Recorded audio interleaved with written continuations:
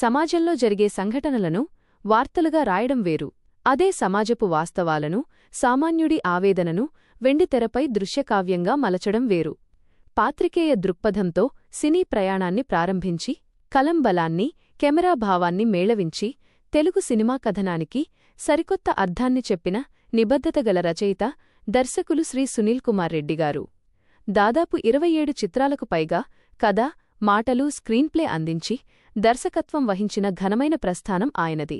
తీరప్రాంత జాలర్ల జీవితాలైనా, యువత ఆలోచనలైనా, గల్ఫ్ కార్మికుల కన్నీటి గాథలైనా, సమాజంలోని ప్రతి సున్నితమైన అంశాన్ని లోతైన అధ్యయనంతో స్క్రిప్ట్గా మలిచి, సొంతూరు, గంగపుత్రులు, ఒక రొమాంటిక్ క్రైమ్ కథ, గల్ఫ్ వంటి చిత్రాల ద్వారా ఎన్నో నంది పురస్కారాలు, అంతర్జాతీయ ప్రశంసలు సొంతం చేసుకున్నారు.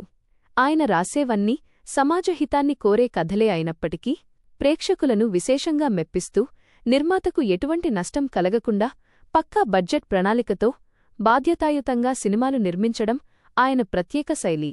ప్రఖ్యాత Annapurna international school of film and media వంటి ప్రతిష్ఠాత్మక సంస్థల్లో మెంటార్గా ఎందరో ఔత్సాహిక విద్యార్థులకు స్క్రిప్ట్ రైటింగ్, ఫిల్మ్ మేకింగ్లలో పాఠాలు నేర్పుతూ మార్గదర్శిగా నిలుస్తున్నారు.